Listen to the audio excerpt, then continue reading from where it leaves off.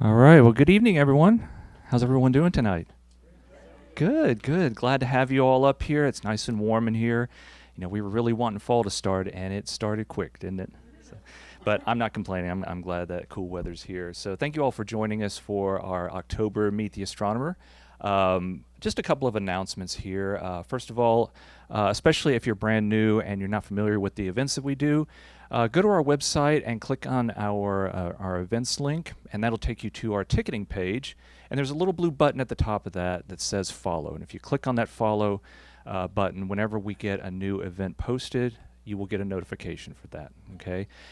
We do have one more event that is going to go on sale here. It's actually going on sale October 21st, and that is our November Meet the Astronomer lecture.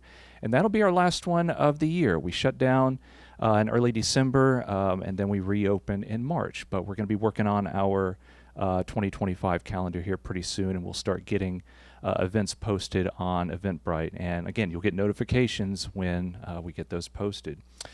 Let's see, if you haven't been watching the news, there is a comet visible. It's getting higher up in the sky each night. It is starting to fade just a little bit, but even if you're in decently dark skies, I'm over in Antioch, so I've still got some light pollution. I was able to pick it out naked eye. So it's going to be getting higher and higher each night. So keep a lookout for that. And now the moon's getting up later and later, so the sky's a little bit darker, making it easier to see. So don't forget about that comet, because this is probably the last time it's going to be coming through our solar system. It might be heading out to interstellar space. The format for the program tonight, we've got a wonderful talk this evening. It's going to be about an hour, so 45 minutes, 60 minutes, somewhere around there. And we're also live streaming back there, so we've got some folks at home watching us on YouTube. And especially for folks that are watching online, if you get questions popping in your heads, go ahead and put those in the chat as you get those, and we'll get those taken care of at the end. And then after the talk, we'll do about a 10-minute Q&A session, okay? And we've got microphones so that everyone can hear the question being asked, everyone at home can hear it, the recording can hear it. So when we do our Q&A session, just raise your hand if you have a question, and we'll bring a mic around to you, okay? And then after that, we will have Saturn visible in the Seyfert telescope, and I know, right? So it's a really nice view, and we've got some wonderful volunteers up there that'll answer any questions you have about Saturn. And we also have another one of our volunteers, Steve Hughes. He's outside next to the sidewalk, and he's got a really nice rig set up for astrophotography. So he can tell you all about that, and if you want to learn more about what's possible with a small telescope from a backyard now, he will answer any questions you have. And it's really phenomenal what he's able to see, you know, even in under our light polluted skies. So. All right, so without further ado, I am delighted to introduce Dr. Christina Davis, who is back here again. She was here last year, I think it was in October as well. So maybe this is going to be an annual thing. Every October we'll have Dr. Christina Davis. But she has a PhD from Vanderbilt University in astrophysics and is currently leading the data science program at Belmont University. Her PhD work used cosmological simulations to study how galaxies grow and evolve. And now her time is spent on student-focused projects, working on a broad variety of data-driven and statistical problems. And all I have to say with that is better her than me on that. So, and she's got a wonderful talk for us tonight about the ISS, which I thought stood for International Space Station, but I guess it doesn't. So let's give Dr. Davis a huge round of applause.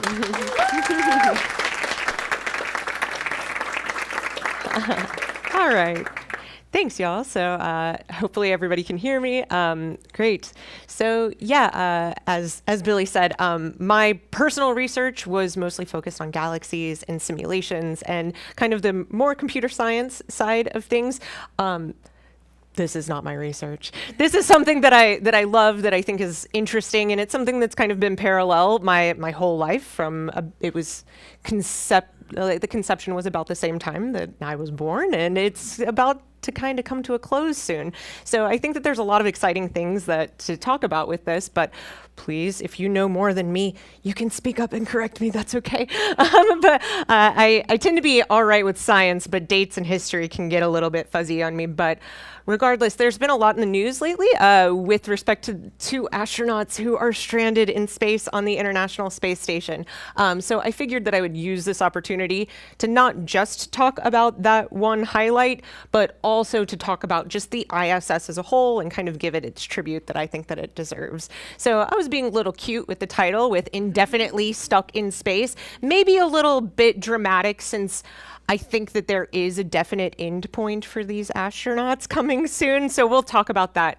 But I'm going to talk about the space station's history, the science, and as well as these two astronauts. So let me just kind of give you a couple of major stats on the ISS so that you can get an idea of how massive and truly incredible this structure is. It's really a feat of modern engineering that has been a huge goal between lots and lots of countries.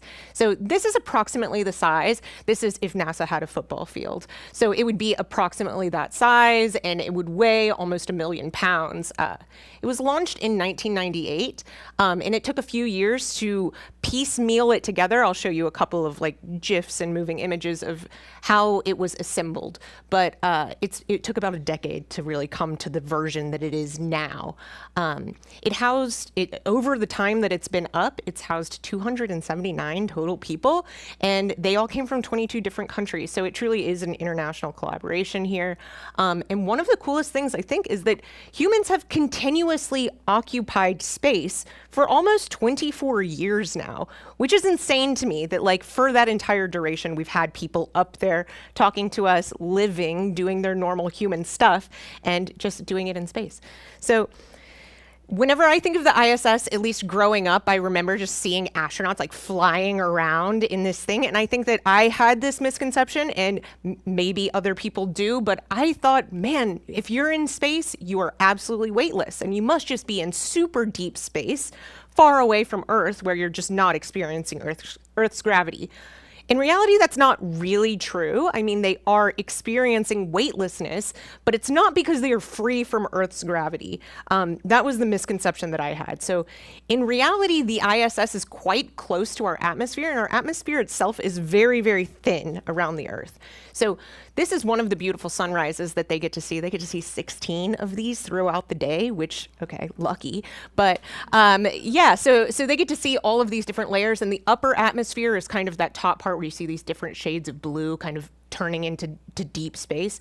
The ISS is really low in this. It is in the atmosphere. I actually gave you this like little kid's version of the different layers of atmosphere to kind of show you like what kind of stuff lives in these different layers, where troposphere is down here at the bottom where planes are. Stratosphere is where we send these like weather balloons to kind of conduct data and experiments and things like that. Mesosphere is where we're going to start seeing comets and other meteorites. The thermosphere is where the ISS really lives, and then the exosphere is for other kind of things. So like they say it's 700 kilometers and above. The ISS is somewhere about 400 kilometers. So it's actually even a little bit lower than like deep space, not even deep space, but like maybe what some people would call space. Maybe you start to see that there's a boundary issue here, like what threshold do you cross to actually call yourself an astronaut? That was a big conversation recently. Anyway, so I'm going to torture you just a little bit with a little bit of math. I know I did teach physics for a little while, and yeah, some of my students are here, so I have to do it. Regardless, I promise this is the only equation that I will show you, and it's just the gravitational equation here, so you can kind of see which components are important when I calculate the gravitational force that I feel here on Earth. And so the thing that really matters is how far away you are from the very center of the Earth. That's the radius of the Earth thing that's here in the bottom. And so I can kind of plug in some of these standard things. Big G is a constant. It's the gravitational constant. M is the mass of the Earth. And then R is how far away I am from the center. So if I'm standing on the surface of the Earth, the gravity that I experience is 9.8 meters per second squared. That's the little g that we all know and love and we experience all the time. So what is the g that the ISS astronauts would perceived feel, based on just what their radius is? So if you treat this exact same equation the same, except where it was just radius of Earth, now they get bumped up a little bit to the height of the ISS, which is just that like extra 400 kilometers. It's really not that much. And so when you work all this out, you come up with a gravitational acceleration that's about 90% as strong as that on Earth, which feels a little bit weird because, all right, if I weigh a certain amount here on Earth, then I'm going to lose like 15 pounds if I go on the ISS. That doesn't really feel like weightlessness to me. So how do they like kind of get this perceived feeling of flipping and having their hair floating and all of this? The secret is orbits. It's free fall. They are actually always falling towards the Earth. So gravity is still pulling them. They are experiencing that level of acceleration. It's just that if you kick them sideways fast enough, they'll miss the Earth as they fall. And so this is kind of the little trick where if you look at both of these, the white arrows up here, it's showing that they are being pulled down towards the Earth by gravity. But we've got thrusters sending them sideways as well. And so if I send them sideways fast enough, they're not going to fall and hit the Earth. They're going to fall right beside the Earth. And now the force is pulling them back in towards the Earth, but they're still falling. And so you are going to just continuously free fall around the Earth. And to me, at first, I think, I went to space camp in Huntsville, Alabama. It was really fun, and I think I was kind of. This is just a rambly personal story, I suppose. Yeah, I was drawn in by the idea of that like roller coaster that they have, and they like shoot you up and then they drop you down, and they're like, if you want to be like a real astronaut, you'll feel weightlessness up here at the top. And I was like, yeah. So I mean, really, all that is you are now free falling, and the roller coaster is free falling as well, and there's your weightlessness. Now there's still air around you, so it's not exactly as maybe like sensorily like exciting as it is for the astronauts. I still feel like I'm falling because there's air particles that I'm relative to, and I'm seeing the trees and I'm seeing the ground come up on me. They are seeing their little ISS environment, which is free falling at exactly the same rate as them. So relative to them, everything is moving together. And so just because they're falling, well, the space station around them is falling and everything's falling together. And that's how you get this sensory feeling of weightlessness. So while they are still in a big gravitational well, they are still feeling Earth's gravity, they're in what we'll call microgravity or microgravity environment. And so that's what a lot of the experiments are about, is kind of how different things perform, natural phenomenon happens in this different gravitational place. So talking about just the orbit of the ISS around the Earth, this is just a still image. I'm going to do something a little risky here, which is like take us to a different web page. Because they really, I know, there's a chance, aha! Amazing. I know, I am brave. I used a hotspot on my phone and everything. All right, here we go. So this website's quite cool, I think. So what I can do is I can keep the ISS centered, and let's animate. And so what actually happens is I can see the path that the ISS takes around the Earth, and you can kind of see that it's not always going the same way. It's going to kind of layer. To me, it kind of looks like a yarn being like wound up into a ball. Here, let's make it go faster. Zoom. All right, this is kind of fun. The website's kind of, I kind of want to get to the place where you can see a lot of the path, and we'll slow it down a little bit. And you can kind of see how almost every part of the Earth gets a chance to see the ISS, unless you're at these extreme latitudes or longitudes. It's covering almost every part of the world. So you can even look at it a little bit differently from a different perspective, because we have two things moving here. It gets a little bit confusing. But regardless, the ISS is flying around the globe a lot. So let's go back. Let's take ourselves back here. Now the risky part. Play button. Hey, all right, success.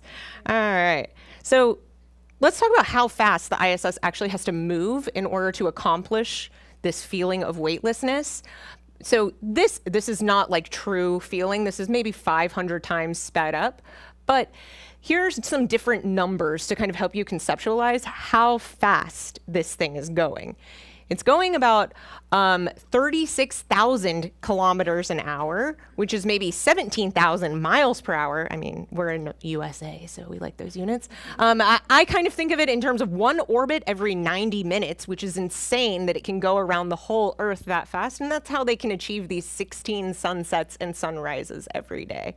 And so they really are flying around the globe. They're monitoring, they're low. You can kind of start to see you see the lights of different cities. You can see weather, aurora, lightning, things like that. So how do we see the ISS? So for us, you can spot it in the night sky. It doesn't have light of its own, but if you catch it just before dawn or just after sunrise, it will reflect the light from the sun, and it'll appear extremely bright in the night sky. Now, maybe this is a little bit dramatic, I suppose, because they're doing the tracer. Really, the thing that gets you, it's about the third brightest thing in the sky. So it's about as bright as Venus, if you kind of know what you're looking for, but it is booking it. So if you see something that looks bright, point-like, similar to a star or a planet, but it is going across the sky in a line at a quick rate, and it's about that time of day, there's a good chance what you're looking at is the International Space Station. You can always log on and check to see where is it. It's always being tracked. There are apps and things like that that'll tell you if what you saw in the sky was the thing that you saw or when you should look to try to see it. Actually, kind of funny, this was the thing that inspired this theme of the talk was I went on vacation to a place that was slightly darker than our well-lit Nashville, and I was looking up at the sky, and we saw the ISS zoom across the sky, and I went home and I looked it up on the computer and tried to see, is it in the right part of the sky? Is it moving in the right direction? Is that really what I saw? Or was it an alien? No, it was the ISS. but it's a fun thing to see, to kind of look up and know that there are people up there, right? It's cool. So looking at so I kind of mentioned that you want to look at it at night, but since Dr. Billy brought up the astrophotography, these are like some of the amazing things that astrophotographers, like I'm going to call them amateur astronomers, even though that doesn't really mean that they're like pedestrian in any sort of way. It just means that they don't do astrophysics as their profession. Maybe it's a hobby, but they're extremely talented with the images that they can take. And this is the ISS traversing the sun. Here's this little zoom in, which is incredible, next to the sunspots, right? Yeah, I think that's really cool. This was taken in the Netherlands, and so yeah, you can kind of see you can see even the texture on the sun, which is quite amazing. So other than the ISS from our perspective, let's look at like what the structure actually looks like. And it's quite complicated, and please don't ask me specifics on this because you can see all of the components on here.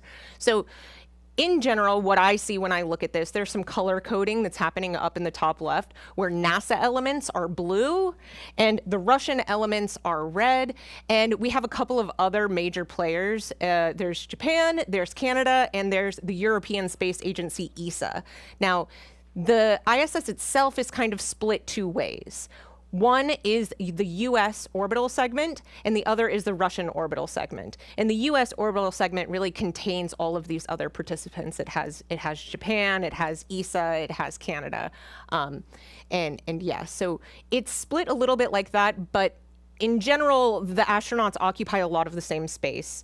They do have separate labs, and different countries might contribute different instruments or different modules is what they call them, which is just a unit that might have a laboratory. You can see that they're kind of like Lego pieces here where they just tack on to each other. So they're built to be compatible and kind of moved around in some sort of way, but as different countries have different research interests, they might pool those resources together and have an attachment made here where they might ask astronauts to perform certain experiments for them.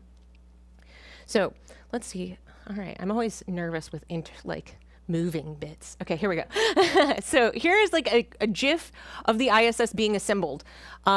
You can get the feel that this thing is, well, we know that it's massive. It's about the size of the football field. So there's really no way that we can ship all of this up in one big unit at one time. So all of a sudden there's this complication of having to assemble some complicated machinery in space. So it took a lot of missions, mostly from the space shuttle. The space shuttle was, one of its major missions was constructing the ISS. And so it has this giant robotic arm on it. I'll show you a picture in the next slide. And that kind of helps them assemble it. Eventually, we added another robotic arm to this itself, which kind of appears. Yeah, that's the arm. And astronauts will go on spacewalks and kind of install different pieces, or they'll kind of sit in a hub and drive those robotic arms and get that installation happening. It took almost a full decade to get this to the state that it is. Yeah, here's the arm. It's called the Canadarm, and yeah, there's two of them. There's one that is a part of the space shuttle itself, which kind of let us get the whole thing going. It started off with just a Russian module, and we flew up the US module, and we had to join these things somehow. And so for a long time, the astronauts were just out here, locked with their feet onto this arm, hovering over the Earth, free-falling over the Earth, installing these parts together. So it took more than 260 spacewalks and a decade of launches to get all of this stuff together. So it's pretty incredible where we're at with it. And there have been lots of constant updates.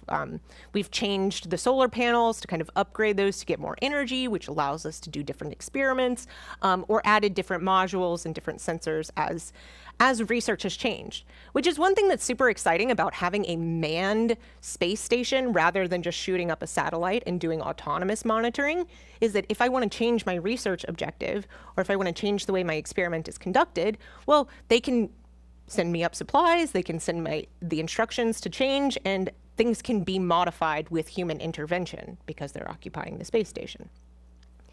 So one kind of nice thing, everybody loves the viewing window here. So it's called the cupola, which is Italian for the dome. And so it's a place in the space station where you can view the Earth. And so a lot of the space station's mission is simply about humans existing in space and the challenges that come along with that. And so I wanted to talk just a little bit about, people, and some of the challenges that have been there for them.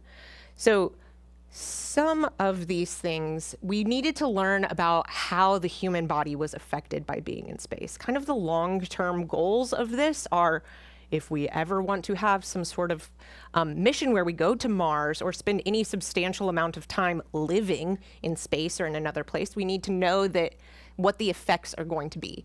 So a lot of the effects are quite negative, and that's to be expected.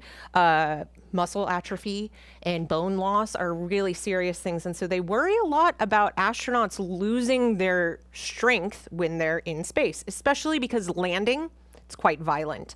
And so you don't want astronauts up there getting weaker just from not using their muscles constantly and then coming back upon impact and fracturing a bunch of bones. So astronauts are actually required to exercise, heavy exercise, for about 3 hours every single day to maintain their physical fitness so that they can conduct experiments, do spacewalks, and re-enter Earth, right? So there's a lot that goes on with this. So one cool thing, the Kelly twins. So if you've heard of them, they're still quite active in lots of different spaces. But one of them, Scott, he was an astronaut, and so this allowed, because they were twins, us to do kind of a comparative study. And so this was kind of an interesting thing for NASA to send one twin up in space for an extended period of time, have him meet certain benchmarks, and have the other twins stay on Earth for that amount of time, achieving those same benchmarks, and compare those two things together. So a lot of what we know kind of came from watching these two individuals. Space does take a toll on you. So aside from just the exercise elements, there is a huge amount of radiation that you're exposed to.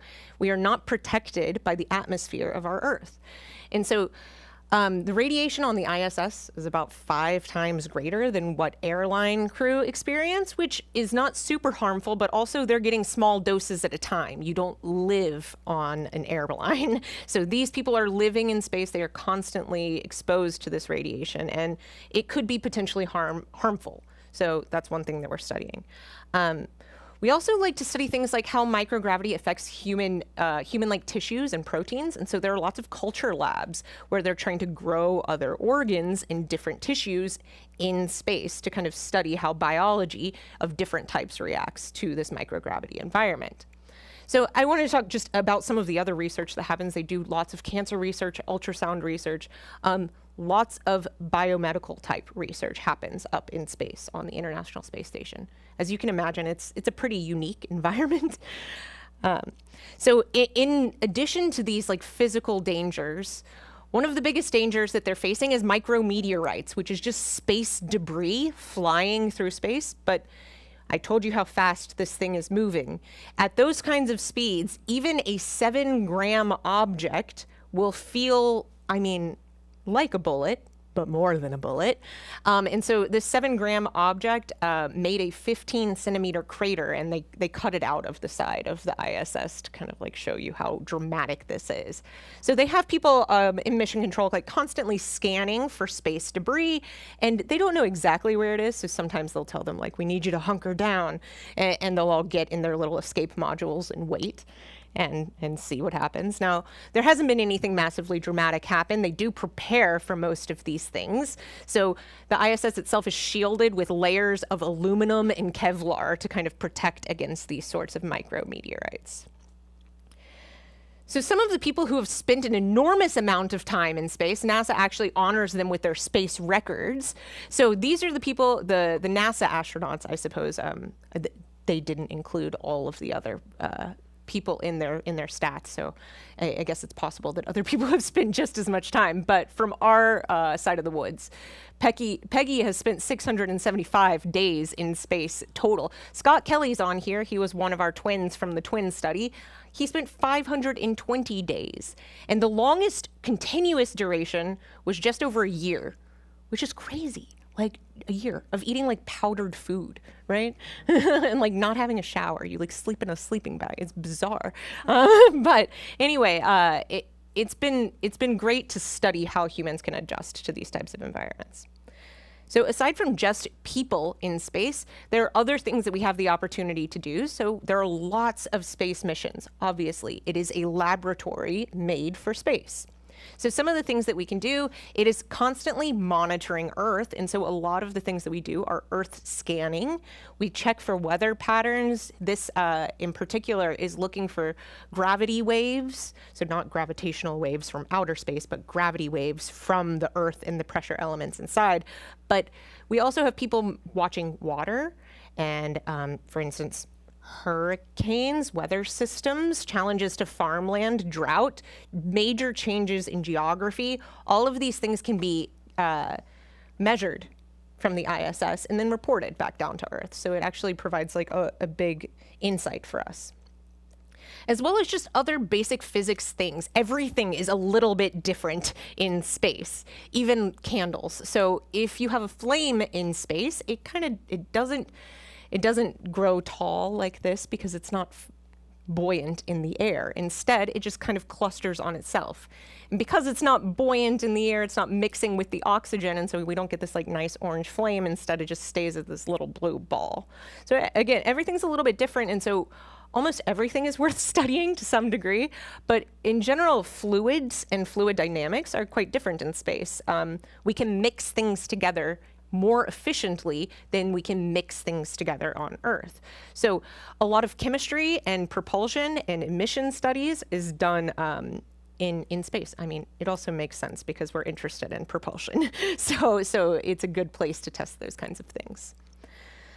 Okay, there are so many instruments attached to this thing. I certainly do not have time to tell you everything, but I picked one that, okay, it's a fan favorite, but it's also maybe my favorite, despite the fact that it hasn't found the thing yet. It's still looking, okay? It's the alpha magnetic spectrometer. So what this thing is doing is that it's a particle detector. And so it's particularly looking at charged particles that if we had this thing down on Earth, they would all be blocked by the Earth's atmosphere. So that's the point and the advantage of having it in space is I can collect these things like cosmic rays, and hopefully we can learn something about dark matter and dark energy and some of these exotic particles that we're still got big question marks on. And there aren't a lot of ways for us to study those things on Earth simply because the atmosphere is protecting us from them. And again, the benefit of having these machines in a place where humans are is that the people can service them, right? And we can upgrade them and we can test them. So although this hasn't quite told us what dark matter is, it's quite exciting that it's able to detect some of those things, and it has had its own share of scientific discoveries. Oh yeah, so Chris Hadfield. So one of the major, this is kind of cool. This is wringing out a towel in space, and you can see like the water does not want to leave the towel. One of the major missions, aside from simply scientific knowledge and research, it's not just made for for scientists at the highest level. It's also made for education and outreach, and to bring science to everyday people and get them involved. And so growing up for me, I remember seeing tons of these like little videos that astronauts would make of like doing everyday things in space that were fascinating. Chris Hadfield was particularly famous for making a lot of internet content that showed just normal things. He also made a music video to a David Bowie song, which they say is the first music video in space. So, you know, but yeah, so a lot of the mission is about connecting to people and bringing that science down to people and making them interested in it. And not just from the American perspective, but from the worldwide perspective. They even have like a program where students themselves can submit like proposals for little research experiments that they would like the astronauts to do. The astronauts will do those experiments for the students and kind of video and collect results and then send it back. So it's a really great way for people of all ages to get involved with the space station. All right, so the international part of the whole thing. So, I mean, how did we pull this off? No one country really could, is the truth. It takes a lot to get this monster up and working. So the 5 space agencies that are a part of it, NASA, Roscosmos, ESA, JAXA, and CSA, Canada's space agency. I've never actually heard that one said in a word before. But the rest of them, we're all participants in this thing together. Kind of most notably, though, and historically, Russia was the tension factor here. And I think that's a little bit illuminated by the fact that the modules are separated. So there's US and everyone else, and then there's Russia over on the other side. Now, we had initially planned 2 separate projects. Neither was going to come to fruition alone. And so joining forces made the most sense economically and scientifically. But if you think about the timetable, there's something very dramatic happening with Russia during this time period, which is called the space race. And so tensions are generally high. This is pre-International Space Station, but both nations and many nations around the world are developing space agencies. And as kind of a peacemaking show, what we decided to do was the Apollo capsule shook hands in space with the Soyuz capsule. And this was a big end to the space race publicly. So this was before the ISS was actually formed, but it was us showing that we are collaborators in space. So this kind of set the stage for us to work together scientifically. Beyond just it being a big show for us to kind of like join together these space stations and prove that it could be done, there was like some science to be done. Russia wanted to take a picture of the corona of the sun, and so Apollo blocked the sun for them so that they could take that picture and kind of do their science. So it was a little bit of camaraderie that was nice in that time period. So following that, both nations are kind of having their own independent ideas of what a space station or space laboratory would look like. So Ronald Reagan was actually a huge proponent of this. USA's freedom was the concept of it. And it looks quite similar to the International Space Station. It was meant to be joint with the European Space Agency and Canada and Japan and these other major players. But unfortunately, we were also going through a lot during that time, and the money part was a big holdback. And so simultaneously, Russia has a space station in operation. It's called Mir. And Mir is degrading. They're starting to think about Mir 2. And right as they're planning for Mir 2, their secondary thing, there's the fall of the Soviet Union, which makes it extremely challenging for them to start their space station program. So again, as kind of like a show of camaraderie and scientific collaboration, we team up with Russia and include them in this I mean, they include us and we include them, and we join together to make the International Space Station, and we lose our branding here, but for a much greater cause. But regardless, still the assembly, this is just kind of a picture of it in motion of the space shuttle during its time, carrying up a lot of the parts. Like I said, you can see the arm here.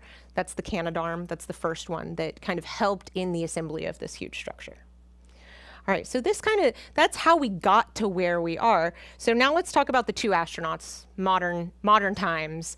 We have Suni, which is Sunita Williams, and Butch Barry Wilmore. These are the two astronauts, and really they're both quite seasoned, as in they've been to the ISS multiple times. They've spent a lot of time there. They really kind of know the gig. And their task in this scenario was to test out Boeing's Starliner. So let me just give you an idea about what the Starliner is. I mentioned the space shuttle as our major way to bring people and bring cargo up and down to the ISS. We stopped our space shuttle program in 2011. And so we, as Americans, are paying for seats for our astronauts to go up. Whenever we ended the space shuttle program in 2011, it was not just to put an end to it, but it was kind of to turn the page into a different way that we see space nationally, which is more commercial. And so they put out a pitch for different commercial agencies to create their own carrying capsule to space. And so the two major competitors, this is happening in about 2014, whenever they're pitching who is going to get this big contract deal with NASA. There are two people. There's Boeing. Boeing is tried and true. Boeing made a lot of the space station itself, so it kind of already has the cred behind it. It also made the Saturn rocket, and it's done a lot of good things historically. And so it's kind of playing the favorite in that scenario. There's also SpaceX, which was very new at the time and kind of a riskier decision.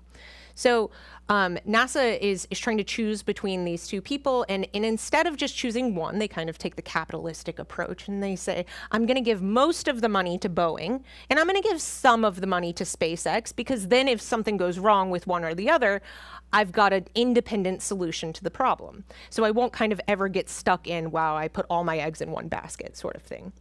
But so they're given some timeline, and they're asked to kind of develop these capsules, and they need to do a sequence of testing in order to validate that it's safe for us to put people on. So they're asked to do several unmanned missions first, followed by several manned missions before they really seal that contract deal. So over those next 10 years, here's Starliner. This is Boeing's version. It has a lot of struggles during that 10-year development phase, unfortunately. It has issues with helium leaks, which it can be kind of traditional. Helium's it's wiggly like that. They have parachute issues. They have wiring tape that's flammable that they kind of point the finger at somebody else. So there's a lot of things that they're fixing along the way, but they're a little bit slower to the testing phase with the unmanned missions. And even the unmanned missions seem to have a couple of issues. The first one they threw up there, their clock was set wrong, and so it's not on mission time, and it starts just shooting off in the other direction. And so they're like, well, it's software issues. That's an easy fix. We can fix that in the computer. The hardware is solid. And it did seem that most of the hardware issues had been worked out until the time came for them to take Suni was one of the astronauts, and there actually was a different astronaut that was supposed to be one of the test subjects for their human flight. They kind of got to the launch pad a couple times, and it got delayed. Now, if you've been watching space takeoffs, then you see the delays are kind of typical. It's not like that bad on Boeing, really, but in that same time frame, SpaceX is making huge strides, and I'll get to where they're coming in, but they have their Dragon capsule. So Dragon is SpaceX's offer here. And in that amount of time, Dragon becomes quite successful, and it makes 23 cargo missions, simple, and it actually completes the first American-made capsule that carries people since the space station program. This was huge. They did this in 2020. It was massive, and it was a success. And so it starts gaining a lot of traction. At least SpaceX as a company starts getting that reliability factor. So what happened is Suni and Butch, these two, they were meant to test Starliner here. And Starliner does take off with them in it, and it gets up there, and they start to notice some helium leaks, and then the thrusters start not performing correctly, and 5 out of 28 of them stop responding altogether. And this is before they've actually docked to the ISS, and they're kind of floating up in space saying, am I good to come down? Am I good to dock? What is the next move? And they're on the phone with NASA asking, well, what do we do? And this is really one of the first times in a while that NASA's had to make a call like this with people just up in space, stranded to some degree.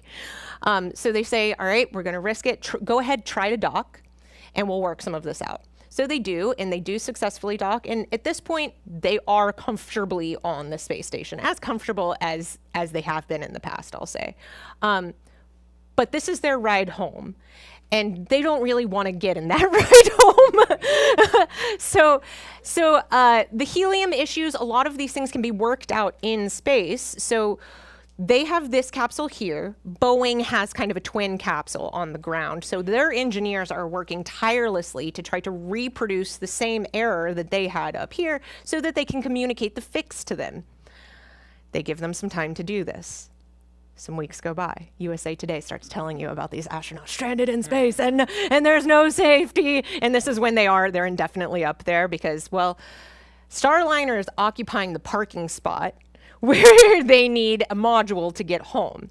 We don't love the idea of just taking this thing out and bringing it back down to Earth for inspection because that leaves them without an escape route.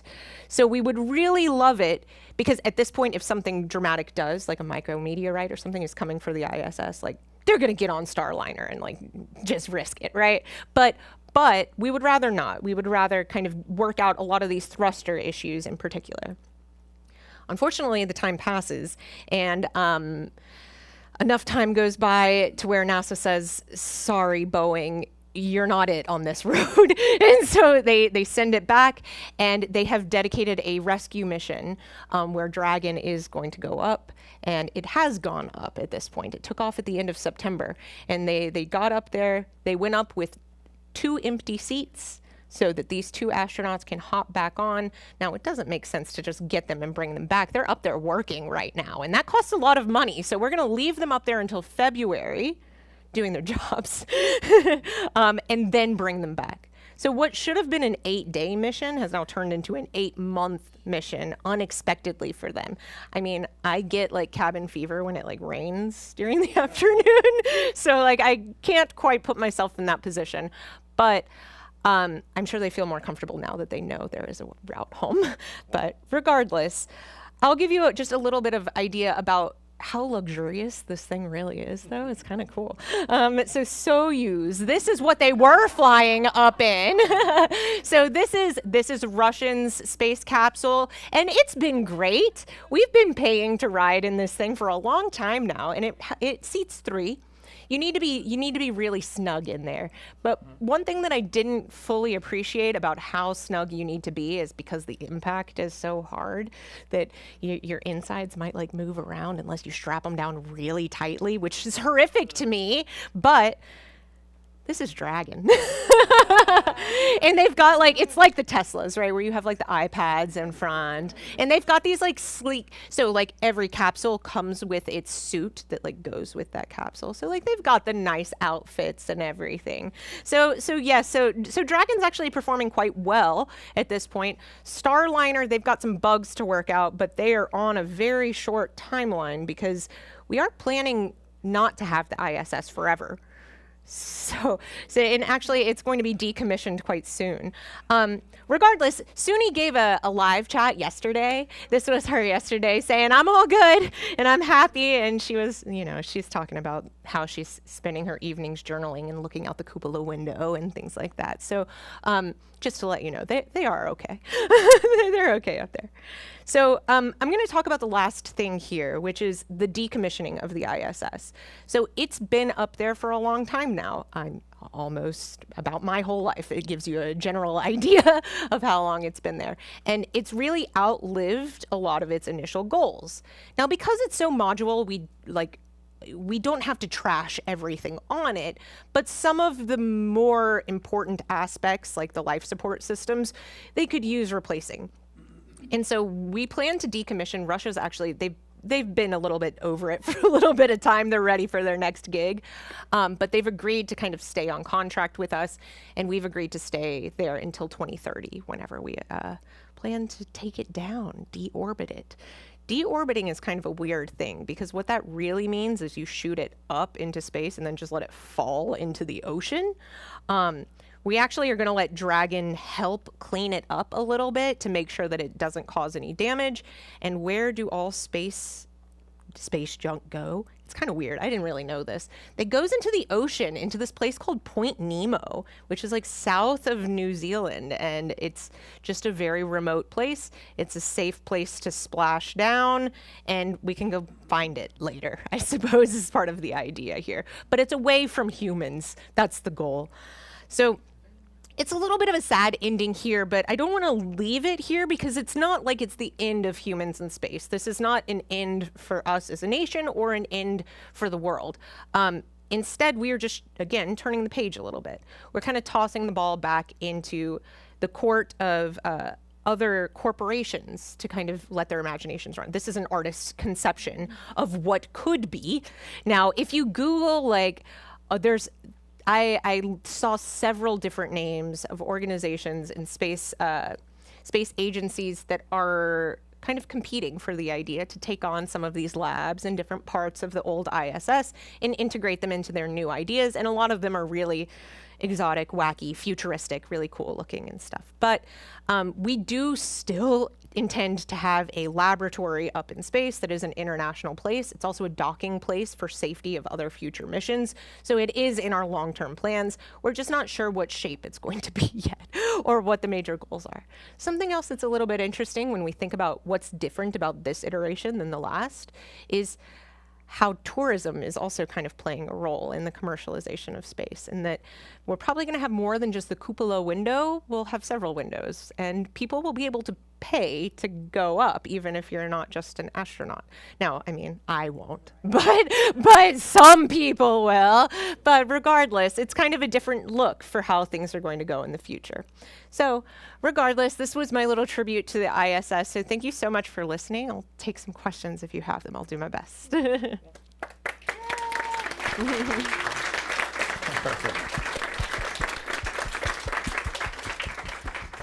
Hey. Hold on one second. Let me He's bring got the a mic mic around. for you so that we can broadcast. He's got you over there. Ah. Thank you. Just at the beginning when you had the video that showed Yeah. the orbital tracking, that Yeah.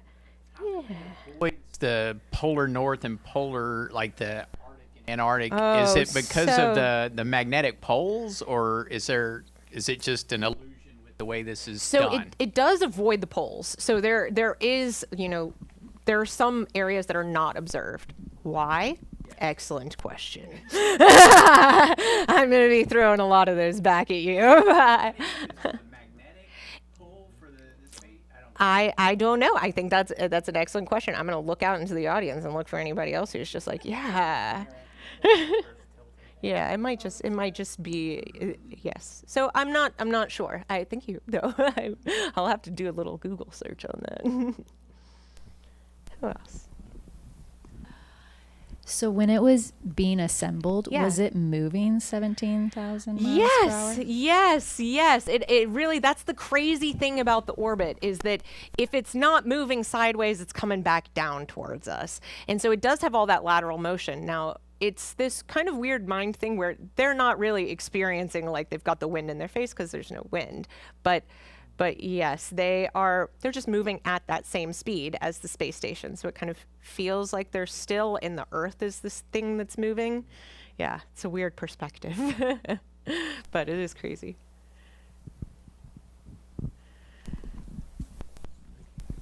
So they're circling or they're orbiting and laterally. Yeah. How often do they have to use thrusters to keep them? Oh, small adjustments, Yeah, right? yeah. Yeah. That's an excellent question. That's another one that you guys are, I warned you at the beginning. This is not my research area. But boosted before, yeah. there's no like adjustments in Yeah, I think that at this point they're in a stable orbit, and so it takes a lot of energy to get injected into that place. But then once you're kind of taking that constant velocity route, there might be small perturbations, but it should be relatively small that they have to kind of activate boosters to stabilize. Once you've got it, you're just keeping going. But it's another question. I don't totally know exactly how much energy it takes to make those adjustments. I was going to say, I think Yeah. it's about every time that they would send up a Soyuz module Yeah. that would give when the space shuttle fleet was in service, Yeah. that would usually boost it a little bit. So There you go. I think it's about whenever they can. Okay, But yeah. I'm not sure. Yeah, right. Thank you. Thank you for helping me through this, Billy. I just added to the confusion. So, any other questions? Oh, right back here.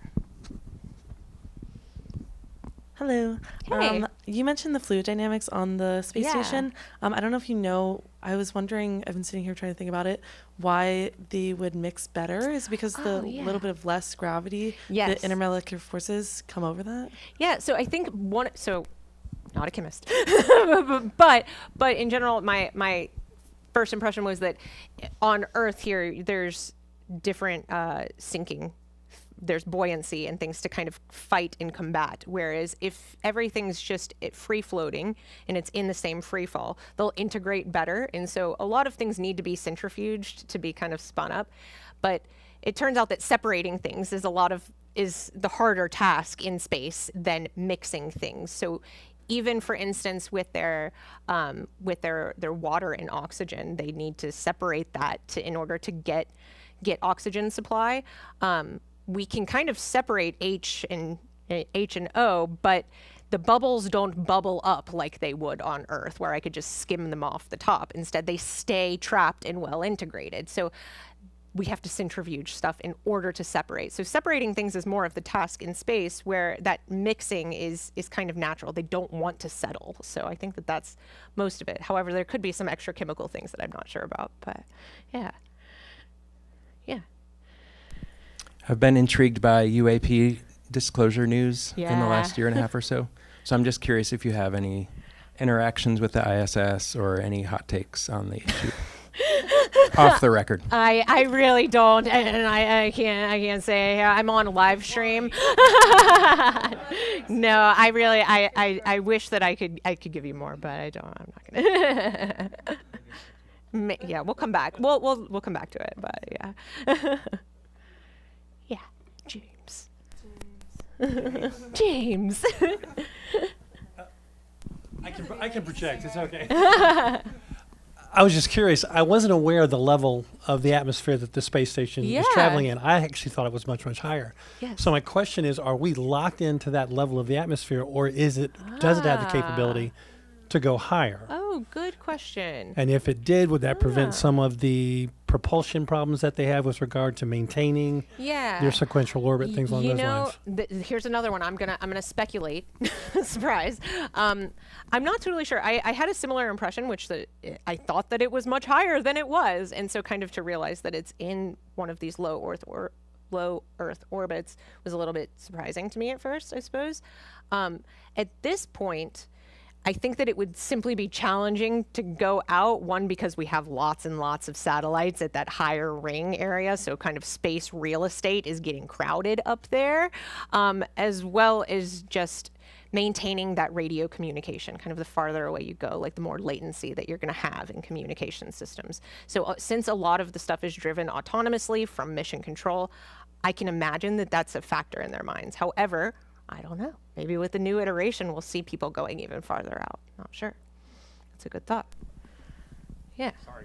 Yeah. One more question. Yeah. Is there a significance when you were talking about the speed? Yeah.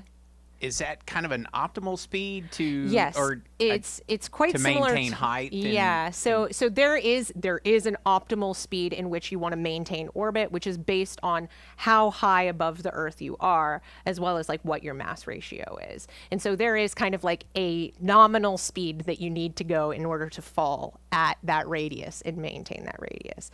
But Got it. similarly to the thrusters, once you've achieved that speed, as long as you're not adding a bunch of weight or changing a bunch of things, you're kind of in that orbit for as long as things are the same. Yeah, because I was just curious, can they slow down to make it somewhat more geocentric? Because they're like, well, we want to look at this place and slow down for a little bit and then speed back up, but maybe not so much. I'm imagining that that would probably be a much more expensive thing to do in terms of the thrusters. Just yeah, you are locked into your speed at a certain radius in order to maintain this stable orbit. So I mean, yeah. I'm really curious about what the benefit is of doing some of the cancer research and those kinds of things on the ISS. Man, that is such a good question. And to be honest, I was asking those exact same questions earlier, which is there are several of the experiments that I can see a lot of benefit of why does this have to uniquely be in space.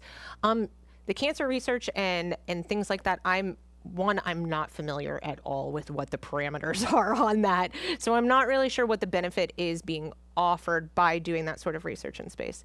Now, a lot of the other things I can understand from the standpoint of we're trying to think about the future generations and what that would look like for people as they adjust to space living, or and in some ways, I think they're also trying to find ways to.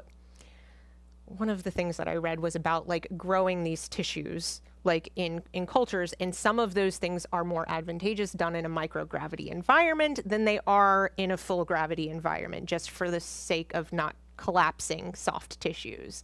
I'm not sure if there's similarities in the cancer research as well, but they mentioned a lot with the ultrasound technology as being something that they use a lot up there. One, because they don't have medical doctors up there, they use that to examine themselves and think about how to kind of make these portable small laboratories that are self-sufficient so that we can have other portable small laboratories kind of even on Earth in remote areas. So some of it is about just how independently isolated can you make a system and have it still work for people. But yeah, it's really, really good question. We do have one question from online. Yeah. How far above the Earth would a ship have to be out of the Earth's gravitational pull? Oh, well, I mean, the real answer to that is infinity. How far before it doesn't matter that much? Well, how big is the ship? Yes, she was my physics student. So anyway, yeah, you're always going to be pulled by something. We're pulled by everything all the time. So kind of the answer to that is, once you get into another gravitational field that's pulling you harder, then you stop feeling the Earth so much. So that's probably going to be the sun or Jupiter are going to be the first two big things that pull you. But yeah, you'd have to go infinitely far away to never feel the Earth. So. Has there ever been an instance of an astronaut on a spacewalk losing something that then has to be tracked? Oh, wow. Great question. Oh, man. See, I knew, I was like, people are going to ask, has this ever happened? And I'm going to be like, I have no idea. 30 years worth of crazy space stuff has gone by. I have no idea. And the truth is, I really don't. I have no idea. I know that all sorts of these normal human things go by, and probably they don't tell us about them. Or maybe they write it in a book, and I've never read that book. But anyway, I think that's an excellent question. I would love to know the answer to that. I can jump in there for just Yes, a second. please, There was a tool bag that actually floated away, and it was being tracked for a while. It will. Yeah, I don't know if it's re-entered. Do we know the conclusion? I don't know if it's still orbiting or not. Is it in the ocean? It may be in the ocean. I'm not sure. Oh, okay. That's some good lore. Thank you for that. Yeah, I appreciate that. Wow. The audience has really probed the edges of my knowledge on this topic. If anybody has any galaxy questions, I'm sorry, I'm just kidding. This is just like your qualifying exam, right? Yeah, exactly. This is how it feels, right? Yeah, exactly. Any other questions? Oh, we got one more up in the front there, Tommy, right next to you. So the ISS is like you said, Lego pieces together. Yeah. I don't know how to word this. How much are they like soldered together, or is it just like a dozen like almost like train connectors? Like how easy are they to separate? That's a great question. Yeah, so they're kind of like locking mechanisms that work. So they have like an interlock system. It's a little bit inconvenient because I mean, the US has one system for locking and Russia has their system for locking. So of course we have to make like a dongle that kind of like joins them together, like mates the two different systems. They have a different word for it, but that's the word I know. Yeah, so basically what happens is you kind of get these two things together. There's several different locking points. A robotic arm is usually assisting a lot of that from the outside, and there's an airlock in between. And then after all of that has been sealed and we're sure that all of the things have worked out, then they'll kind of open the portal and they can kind of move through it like that. But yeah, that's a good question. All right, one final one. What's up, Katie? Hello. I'm very curious about the decommissioning process. Yeah. I'm not very familiar with previous space projects. Yeah. But how many times have we ever done this? Oh man, excellent question. Is this something we've done? Not at all. Yes, to the point where I think it's starting to become a problem. Yeah, there's more and more talk about space junk and space litter than ever before in terms of old satellites that are up. And there are still a lot of old satellites that are still just up and just doing their orbit, and like you'll see them catch the light every once in a while. But some of the major things, yeah, we do kind of just let them drop back down, which, yes, as we toss more stuff up into space, that becomes a bigger and bigger problem. And so, I mean, I think that it's a valid thing to think about. I'm not really sure how much stuff has accumulated at Point Nemo, or if there are efforts to clean it, or how often they miss. Yeah, there's a lot of follow-ups on that. I think you've touched a good point. Do you have any answers on this one, Billy? Nothing's coming to mind, sorry. Okay. We've got one more question online here. Let's see if I can get to it. Do you have any idea of how much it will cost for non-astronauts to take a ride up into space to visit the space station? Yes. Something, I think that the number that I saw for there have been, I would say, less than 10 people who have gone up as kind of commercial space tourists is the term that they've taken on. And I think the number was somewhere around like 40 million or something like that. It's not chump change. Hey, why can't they disassemble the space station and bring it back down piece by piece the way they put it back up? Yeah. So even the way that we get the people down is still a splashdown landing. And so that's our best way of getting things back down to Earth at this point in time. So the people, yes, we go out to the ocean and we rescue them. That's the plan. I think I won't say that this is just like a forever issue. I think SpaceX in general is thinking a lot about the reusability of their rockets, and that is a big benefit of the Dragon over, for instance, Boeing Starliner, is that it is reusable probably up to, I think, 10 times was their expectation. And so there's cost savings, and two, there's less junk, and they are doing splash landings right now, but the goal for them is to do these kind of autonomous thruster landings onto Earth where you could just recover everything, and we're unable to do that with the instruments. So it would kind of, if we were to kind of take those Lego pieces and put them onto a new space module, it would really be us throwing that space module up there, pulling them off there and putting them there. They're not really meant to come back down to Earth in any sort of safe way. Did you guys see the chopsticks thing over the weekend? Yeah, it was cool. If you haven't seen it, you can Google like SpaceX and chopsticks. It's very cool. All right, let's thank Dr. Davis for another fantastic talk. Thank you. And we already have you on the calendar for October next year, so. Dr. Bob, I believe, has Saturn in the Seaford telescope. So Dr. Davis will be hanging around for a little while, so if you have any other questions, please don't hesitate to chat with her. And if you'd like to go up and see the Seaford telescope, also view Saturn. It's a beautiful night for it. So Dr. Bob is heading down the hallway. You can just follow him there. And thank you all for coming. Thanks for those who joined us online for being with us. And we will hopefully see you all next month.